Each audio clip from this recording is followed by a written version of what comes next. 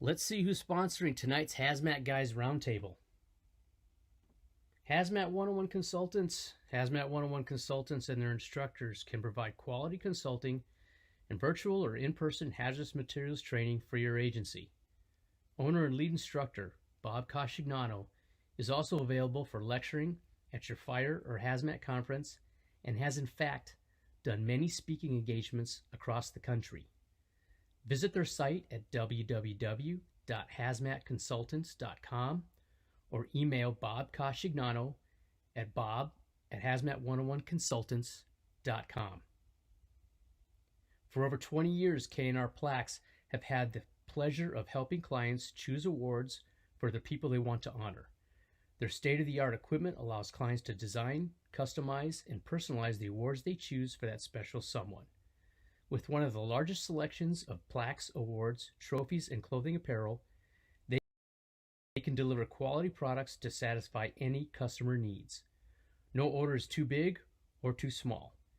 Visit their website at www.knrplaques.com or email at sales@knrplaques.com. Responder Training. RTE is the leading company in delivering propane training along with emergency response equipment. Responder Training has many propane flaring kits, water injection kits, accessories, and replacement parts available.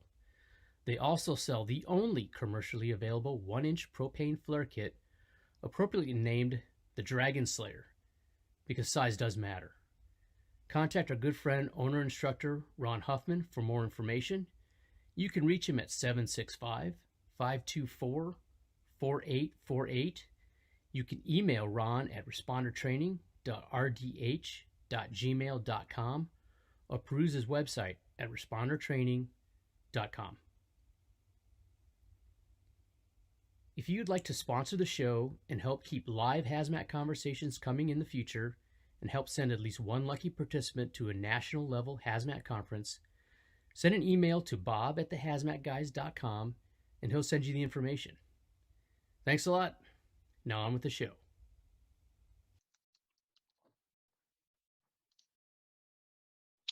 Hey, everybody. Welcome back. Here we are, doing things. Is anybody there? Hello. I'm not doing anything. Oh, I'm like, it went really silent there for a second.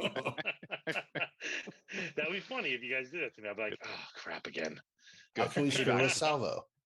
Payback for all the that's- times you pretend to freeze on screen. It's funny every time, though. It's so funny. Makes me laugh. How's everybody doing? Good. Good. I know. Can't complain. Hanging in there. Good. Trying to think of the next sacrifice to make to the lithium gods so we don't run out the door 30 times in a tour. Yes. Mm. Very hot, very new. Yep. Everything's happening, and we brought the guy we talked about last week. We talked with last month back, but we'll get to him in a little while. Leave him in the corner for a couple minutes. Yeah.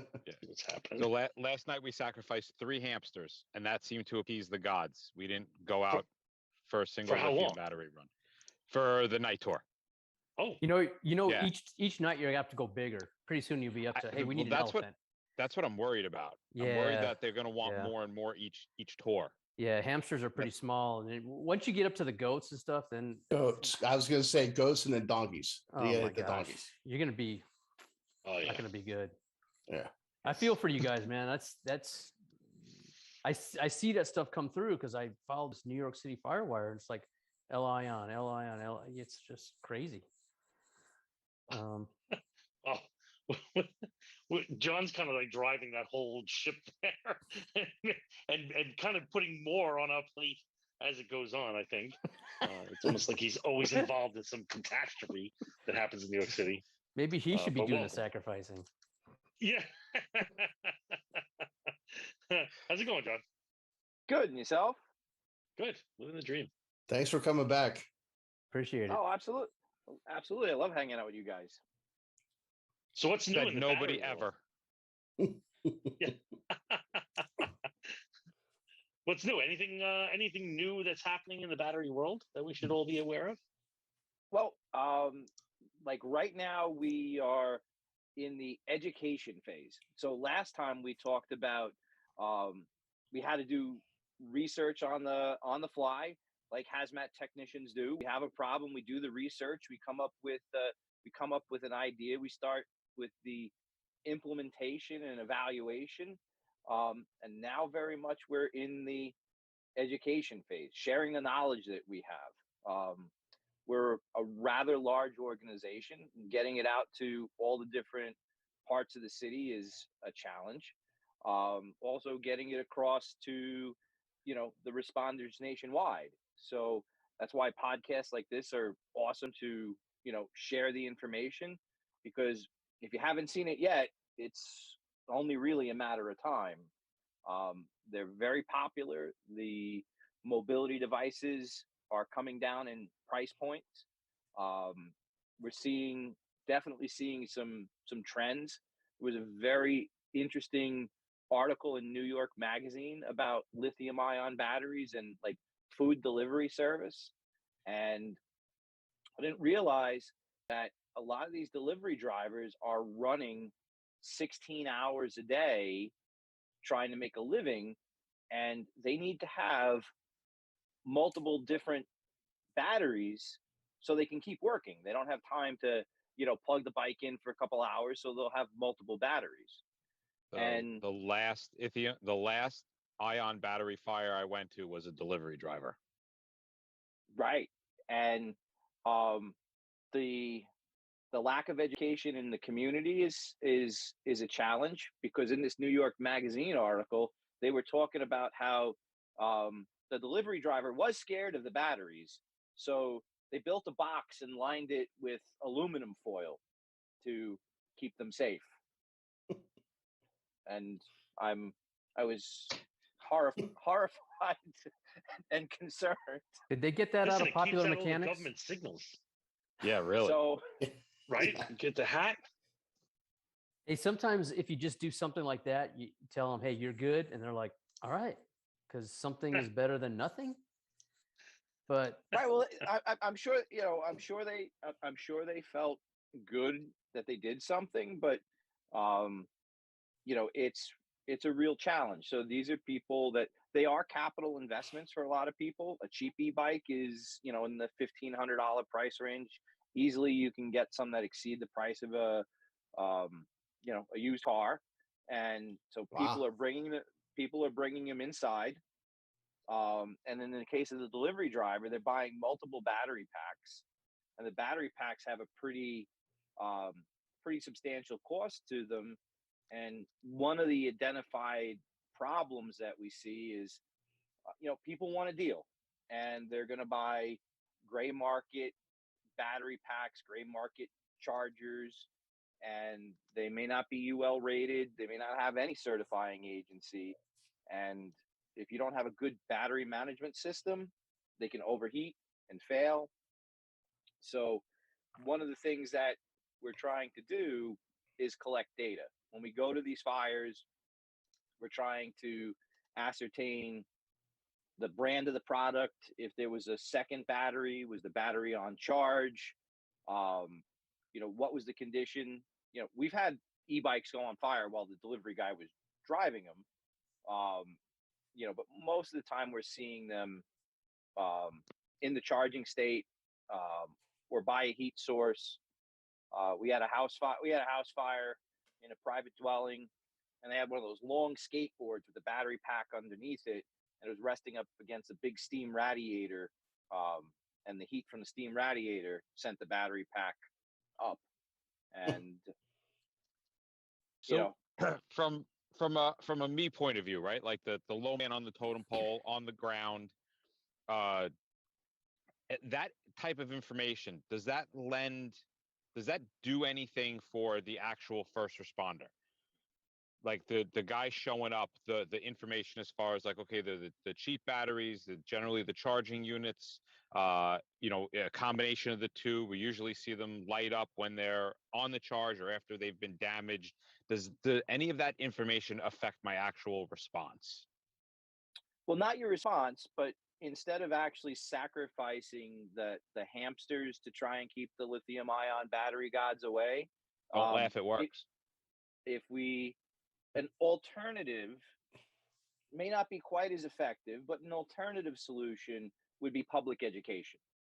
So if we can take the information that we gather from these fire scenes, and in our department, um, we are putting PSAs out on social media. Some of the radio ads. They've done some news conference after significant um, events, like the most recent one in December, when we had the two kids go out the window and shimmy down a pipe chase by it because of a lithium battery fire. So the public education may keep us from going out the door quite as often. So that's important. Um, when we when we get to what's important for the first responder, that's a different set of equation. Um, the, Well, go ahead. I was gonna ask about things that the firefighters have done that they're starting to do differently, specifically in the overhaul phases. I know there's been some changes and suggestions gone around about actions to perform during overhaul. So was wondering if you could kind of enlighten everybody on what those changes were and why it's so important that they're done. right. So the the important part about this, even though hazmat has this huge role in the conclusion of the event, we're not going out as a hazmat call. It's the department's getting notified because it's a fire, right? So regular engine and truck companies are getting there long before there's even a hazmat notification. That hazard is noticed later on in the operation when we come in. And the education part is really important, because why do we do overhaul, right? We do overhaul because we want to find any pockets of fire. We want to make sure we've done complete extinguishment, and we don't want to do a rekindle. But when hazmat would come later on, we would find things. They were like, "Oh, okay, can you get rid of this battery for us, or this mobility device?" And when these mobility devices fail, very often the individual cells will be ejected from the battery pack. So, you know, like an e-bike, let's say it had 40 cells, where like there's 5 cells missing, right? And we have to account for those cells. And what we've found is, during the overhaul phase, when they pull the ceiling or open up the wall, they buried the cells in the fire debris. And if we don't account for those cells, there's a very good chance that it'll be a source of ignition.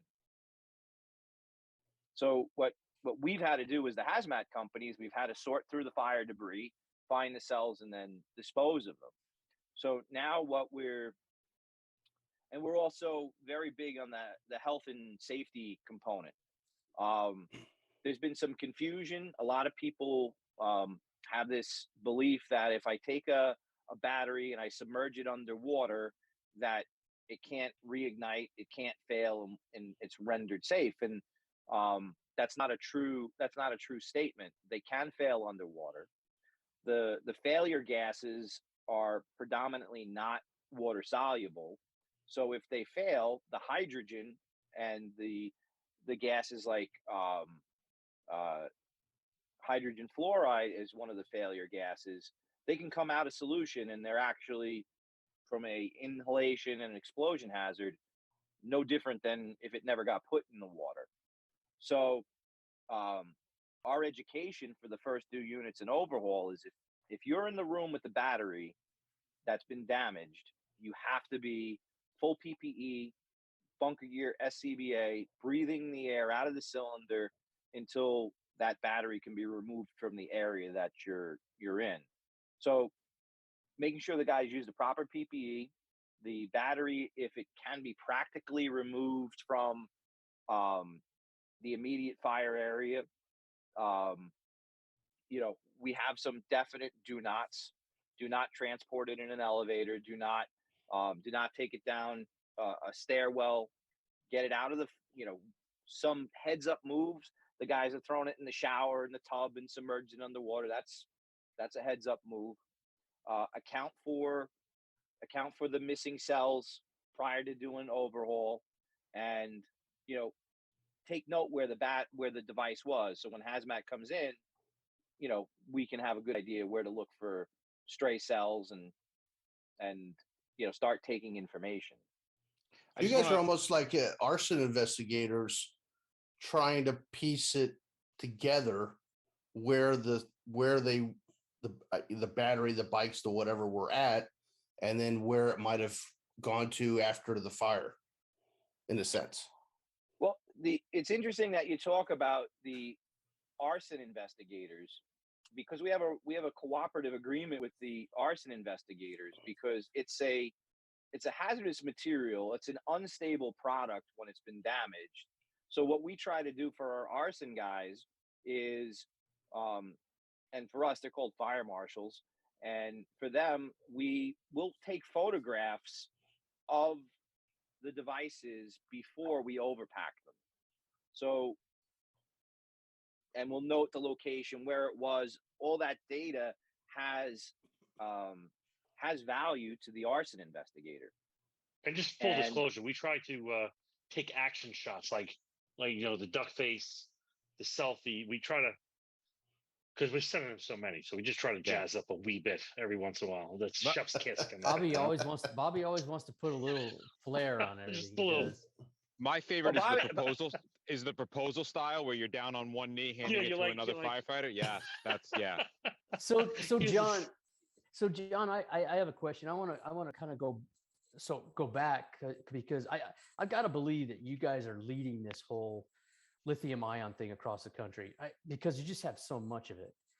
So where are you getting your information? Are you getting it from, are you getting it from NFPA? Are you getting it from OSHA? Are you just doing on the OJT? Are you documenting the stuff you're doing that will help other departments, other people across the country? Because like I said, you guys got to be leading in getting these incidents. And just listening to the stuff you're talking about, stuff I probably wouldn't have thought of. Are you guys putting this down? Are you gonna? Where did you get? How did you start? Where are you at? And where are you going from here for information sharing? For right. lack of a better term. So, the nice thing about being trained hazmat technicians, we have a process, right? So we do a hazard assessment, we do our technical research, we formulate a plan, and there's a lot of times you'll run that one call that you've never run before. You don't know the chemical, you don't know the container, you've never seen it before. So we're used to kind of going through that process, right? So we've reached out to people from UL. We're very blessed that in the lithium ion energy storage, like the ESS, the big systems, we have a retired lieutenant who's considered a national leader in it, Lieutenant Paul Rogers. And we certainly consulted with him. Gary Sharp from Hazard 3 has done a lot of good work in the education sphere on lithium ion. So we use them as phone a friends, and we started to formulate a plan. We did some product research on how to overpack them. We did the technical research in the manufacturing space on how best to overpack them. And where our expertise has come in is the volume that we're doing. We're taking the theoretical and now we're applying it and seeing what works. And we're having good success with that. As far as how we're sharing that, a little shameless self-promotion for my agency, and FDNY has a FDNY Pro podcast, and we did one of those on lithium-ion batteries, and it came out pretty good. It runs about a half an hour, and it's really geared towards our conversation we've been having so far on the first engine, the first truck, the first chief, and what to do and what the impacts of it are. So that's how we're sharing it. We have ongoing conversations with UL, the Consumer Product Safety Commission, because we're having a lot of dialogue. If we could identify a particular model or a particular trend, and if we can pull something off the market, we're talking to a lot of people. We actually had some of the Department of Transportation, PHMSA people out to the department. So this dialogue back and forth, there's a lot of information to be gained. And certainly we want to share what we can. The department is, it's not formal yet. I don't have dates to announce, but they want to do a formal battery emergency symposium and leak in some of those national players to try and distribute some of the knowledge. We fielded a lot of individual phone calls.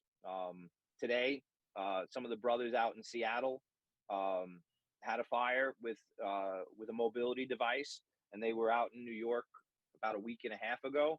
And what we told them was going to happen, they're like, it happened exactly as you guys predicted it would happen. So they were happy that they're playing a little bit of catch up, some of the equipment and the material to mitigate, and also having the conversations of ultimately who's disposing it.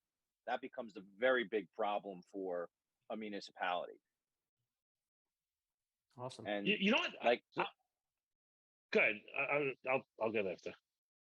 so I was just going to say, like, so for our listeners in the podcast right now, that's a conversation that you want to have. Most of the municipal waste departments will have, an e-waste contract or the hazmat take back days. So it's much easier to have the conversation before you have the event and until, all right, we have these unstable batteries. Now what do we do with them? One thing I'm noticing is just like a couple of years ago, where you had somebody like, well, not even just somebody, but like locales that are dealing with tons of fentanyl, and and we're not seeing it. And then you have locations that are having tons and tons of X, and we're not seeing it. And now it seems like New York City's having tons and tons of batteries, and you don't hear very much of the country talking about this yet. But the math adds up. Like, you're saying to yourself, wait a second, these things are incredibly popular. They're easy to come by. They are made cheaply. You don't hear about my DeWalt or my Rigid or my Milwaukee battery burn up because they're quality circuitry, as opposed to these things you're buying off V-Day, whatever the hell you're buying. But I think the combination, I think the reason why we have so much bulk is because we are so densely packed that it's such a convenience to have an e-bike and to get around to a local place, that you're going to see a lot of that. Any place that's either rural or semi-rural or semi-urban, whatever the hell you want to, whatever kind of thing you want to do on that, is that it's much more convenient or realistic in order to take a vehicle, a gas-powered vehicle, the 30, 40, 50 miles, where an e-bike is not going to do it. Like in New York City, you could take an e-bike out for the day and do all your chores and then come home on one charge. You're not doing that out in the farmland. And I think that's where a lot of this is coming. So I think the denser urban areas like San Diego and Houston and Boston and stuff are going to see this cluster. And I think the rest of the country is really not going to see that much volume of it. And just to add on to that, Bobby, I think unlike fentanyl and meth and all that stuff that kind of goes through a cycle because it gets to something else, this is here to stay. This is going to be a long haul. Wouldn't you agree, John? Yeah. So, and it's only going to get bigger and perhaps worse until it gets worse. I would say we're looking at a minimum of 2 decades worth of this particular battery chemistry. They do, like, so the electrolyte in the current batteries, the lithium, what are commonly called the lithium-ion batteries, is a liquid electrolyte. It also happens to be flammable. So there's talk about solid state batteries, but they're a number of years out in development, and then to switch everything over.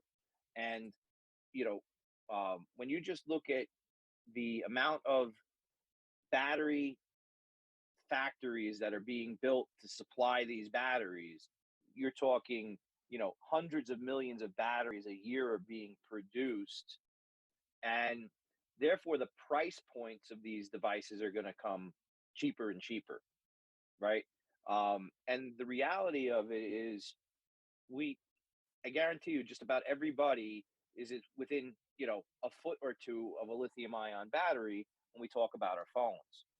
And one of the interesting parts is, yes, like major manufacturers, um, we have a little bit more confidence in them, but don't forget that um, some of the big battery suppliers to some of the automotive companies, they had defective batteries, and that's why there's some electric vehicle recalls that are currently taking place now, and some guidance on certain electric vehicles. Um, you know, park it outside. Don't park it near another vehicle. That's not because of a cheap secondhand battery. That's a quality company. It's just they had a defect. And like a number of years back, some cell phone manufacturers, you weren't allowed to take a certain cell phone on an airplane. And so you can have a defective cell. That is a common cause of failure. It's one of many.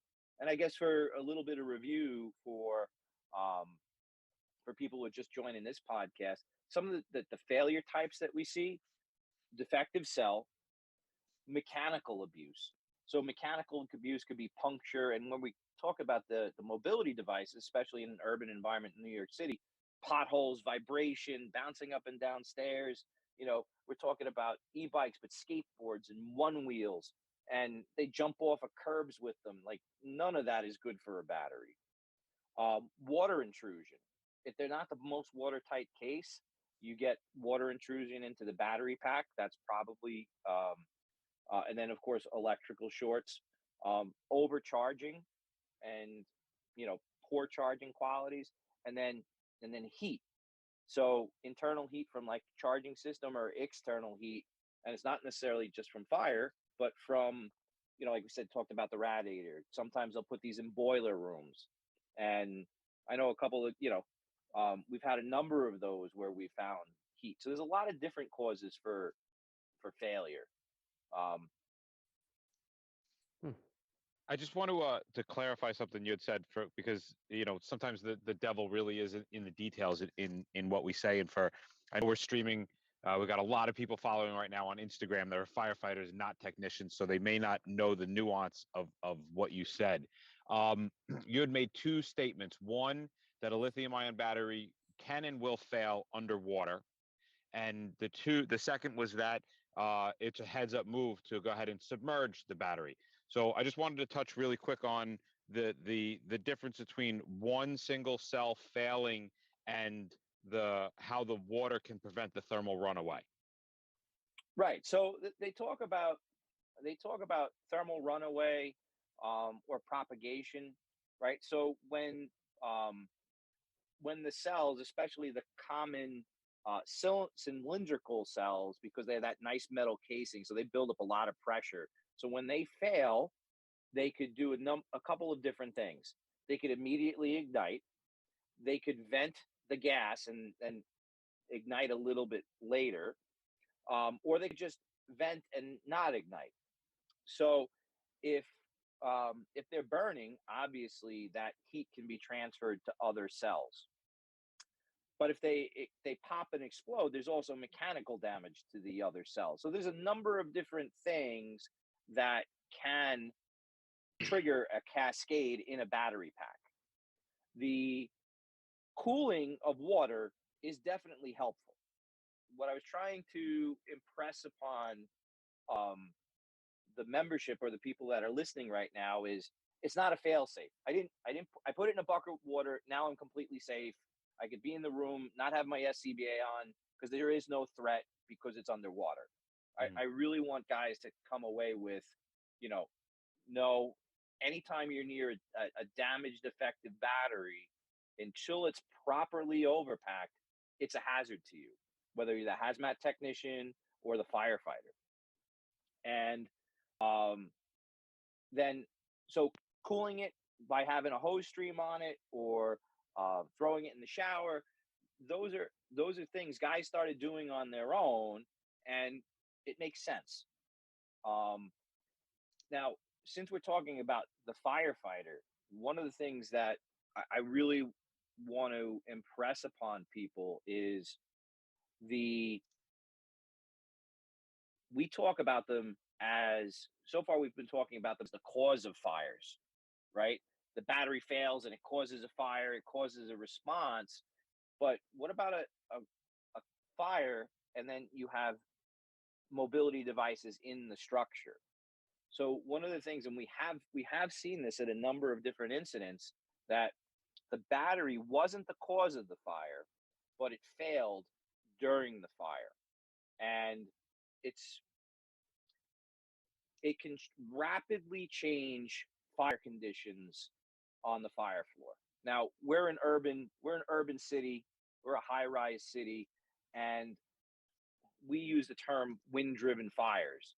And we've had some very catastrophic, scary fires that there's a wind condition, and when the windows fail and the fresh air comes in, the fire condition deteriorates rapidly. And when these batteries fail in the fire, you're getting hydrogen gas, large volumes of hydrogen gas, even from a small number of failed cells, and it's ignited by the fire, and your fire conditions rapidly change. You think you have good control over the fire, and now your initial hose line isn't enough for the fire that's chasing you down the hall. One of my one of my fears is Clowns. very often, well, there's clowns, but um, very often we find in New York City, the because apartments aren't very big, they put these mobility devices right behind the entry door. And Mm. if there's a fire in a kitchen or in a bedroom, all right, you'll pass the mobility device to go to the seat of the fire. Now, if that battery fails, it could be behind you, and now you have fire in front of you and fire behind you, and that's a scary proposition. Um, we had a recent um, nationally recognized fire with multiple fatalities in the Bronx. It was started by a a space heater, but there was an e-bike that was at that exact location behind the door. Now, it failed during the initial attack, and so the fire extended out into the hallway. Um, so one of our chiefs interviewed the first arriving engine companies, and they said the conditions changed instantly. And we believe it was the battery failing at that point in time, because the e-bike, which had a significant size battery pack, was just behind the entrance door. So, So, um, so, so let me ask. I mean, you talk about firefighting, and you know, I see private dwellings. Okay, that's not a problem. That can be taken. Like the truck company that comes across one of these can chuck it out the window of a first floor and render it not a hazard for the interior firefighters. We start talking about high-rise buildings. We start talking about public hallways, things like that. What's what actions should those truck companies take when they come across this? I mean, they pull it out into the public hallway, and now they're endangering the entire the entire operation. They leave it inside. They're endangering the firefighters in the office, in the apartment. So what's the at this point, what is the suggested tactic if you come across this when you're doing a primary or secondary search? So there are a number of variables, right? If you can, I would absolutely not put it in the public hallway, because if it fails in the public hallway, you can endanger many lives as the smoke and the gases. Plus, you could ignite combustible materials in the public hallway. So that would keep it into the fire department. Okay. Then in the fire department, I would move it out of the immediate fire area. This is where the firefighters are like, all right, we put it in the bathtub. We have the water flowing on it, right? That's one Yeah. that's one option. That's a good option. You may have to call for um, an additional hose line, and just keep one guy just keeping a flow of water over it if you can't do the bathtub thing. If you can get it in a container of water, right now, This becomes problematic when, if they are involved in fire, the plastic case that's generally around the battery may melt to the mobility device, and now it's not as simple as putting it in a 13-gallon trash can filled with water, because it won't fit. When we do our overpacking, we use the Sawzall to cut the bike away from the battery, sometimes, so I can get it in as small of a container as possible. Um, in a pinch, you could, instead of calling for another hose line, you could just take a member with a water can and just watch it until you can get more control over it. So this way, if it does flare up, you're going to put the water can on it, and do some suppression. Excellent. You Thank know, tips. you said something there before. I just don't want anybody to think, because what people are going to hear is, oh, I can just put it underwater. That I can do. That's pretty easy. There is a pro and con to every technique that John was talking about. Is that, like, I'm kind of I'm trying to answer as fast as I can all the questions that are coming in on YouTube and Facebook and Instagram, and it's crazy how many things. I'm trying to keep up with it, but I don't want you to think they're asking what the best practices are. And the best practices are literally being invented as we go, right? There are I, classes out there. I think Good. the best practice that, like, if we're gonna go like the it depends route, right, is to keep a head on your shoulders and assume that it's going to fail. So take this, whatever it is, and if it's going to fail, where is it going to do the least amount of damage? Right. And, No, and what I'm I think if you can follow that train of thought, like, when this fails, how is it going to do the least amount of harm, at least until the situation starts to come under control a little bit? That's going to be your best bet. what I'm saying is there is no one size fits all. We're building the toolbox and then placing the tools in it. So depending on the situation, whether it's a high rise or a wide rise, or we have a weight consideration, or we have a ton of batteries, we have one battery, we have, each one demands a certain amount of, first off, understanding of how they work. Second off, a little bit of experience on how to handle, and that could be gained through listening to shows like this, reading documentation, maybe taking a class on it, or whatever it might be. But then when the rubber just hits the road, you have to just do it. And I understand a lot of people are not going to be doing a lot of these things, and that's where collaborations like this show and all these other ones are going to be really important, because we can kind of mouth you out it, but please don't think that water is going to do it, or I just got to throw it in the tub, or I just got to buy this product.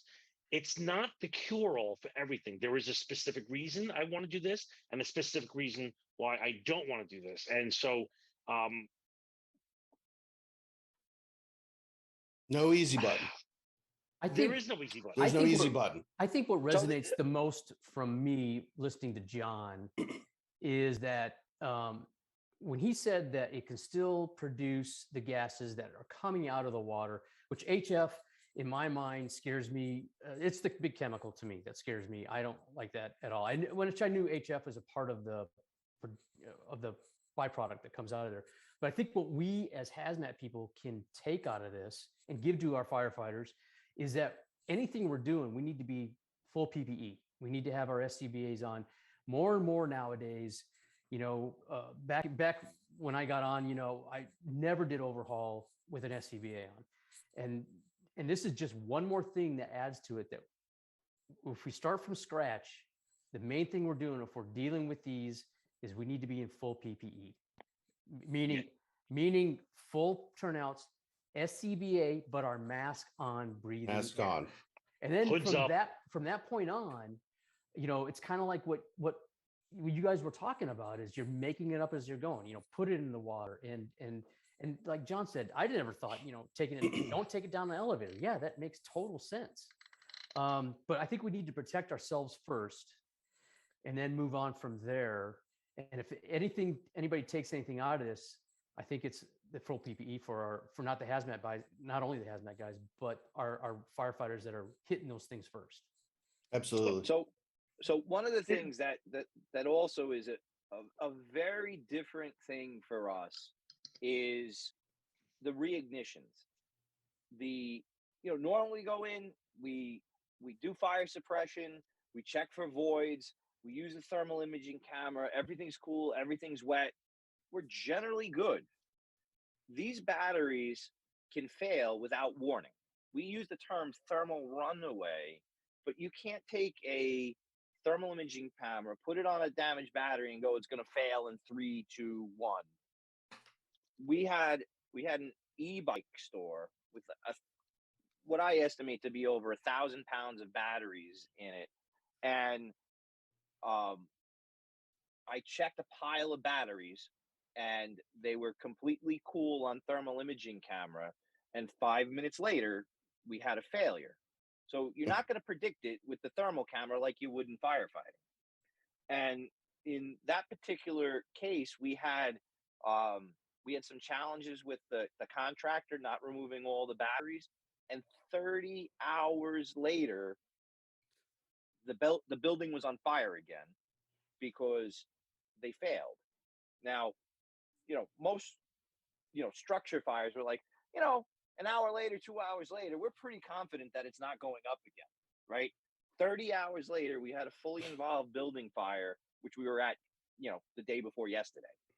So that's a challenge. You have to give the respect that it is such an unpredictable device. You don't know when it's going to go off. So to your guys' point, that's why the PPE is so important. If you watch some of the YouTube videos on it, especially when you see them fail, how quick they fail. And one of the chief in charge of hazmat training, he did a really good little, he analyzed the video, and he saw a regular standard living room, and the battery failed. From the time the battery failed to pop until the room was fully enveloped in gas was 3.4 seconds. None of us are, putting our mask on in 3.4 seconds effectively. So Did you see those moves? I've seen Salvo do it. That was good. Like a scared cat. I move fast. Well, listen, Sometimes he's a blur. If you guys haven't seen Beat the Chief with Salvo, it's a sight to be, it is a sight to behold, but I think 3.4 seconds is a little bit, is a challenge for the best of us. And we can avoid that after, by wearing our PPE properly, and certainly, that helps with the cancer reduction initiative. There's so many different reasons. This is just another reason to make sure that we're properly protected. Yeah, I've never seen a credit card swipe machine on the side of a Cascade fill station. I think air's pretty much free. Right. Yeah, we've learned a lot over the years, and to add with all the other stuff that's in the house is the TVs and the couches and all that stuff. So now we add this to it. It's just one more thing that we don't need, and we got to be smart about this. Right. So I mean, when we, there's a good saying from many wise men before me. You win at these jobs by collecting more pension checks than paychecks, right? And the decisions that we make on the fire ground or the hazmat scene today affect that equation, right? So the better we protect ourselves today, we're going to have more of those pension checks than paychecks. And that's really the goal for all of us. Have nice, long, healthy lives afterwards. Amen. I'll throw you another one. What the smart man is the man that learns from his mistakes. The wise man is the one that learns from others' mistakes. So please don't make the mistakes that we're making. And there's actually a couple of text, things in here, a couple of questions in here that I wasn't able to get to. Is like, well, why don't you just tell us the plan? Because if I told you the complete playbook, all 17 volumes tomorrow morning, it's totally different. It changes that quick. Like every plan we have, we're like, this is a great idea. And then the next morning, we're putting everything on, we're labeling it with tape because we know we're going to peel it off in the morning. Or So- go to the Hazmat Guy's website and buy the plan for $19.95. Yes. So it's very interesting. We have a process. The process is the plan, right? Conduct a hazard assessment, do your technical research, have that plan, and we do that here. This is just a different hazard, but it's no different in that it's a new challenge for us. So a hazmat technician will be confronted with unique and unknown situations, right? I've never had that kind of rollover. I've never, it could be your first time in a level A suit in a real response. You have to do that same process of hazard assessment, make a plan, implement your plan, evaluate your plan. Can you tell I'm doing like hazmat technician training, right? API, right? API. API. Sounds familiar. So yeah, but there's validity into it, right? So a lot of this has been fast paced. So certainly, a good review, like we talked about earlier in the show, was the FDNY Pro podcast. That's kind of compact and succinct and really targeted to that first arriving firefighter.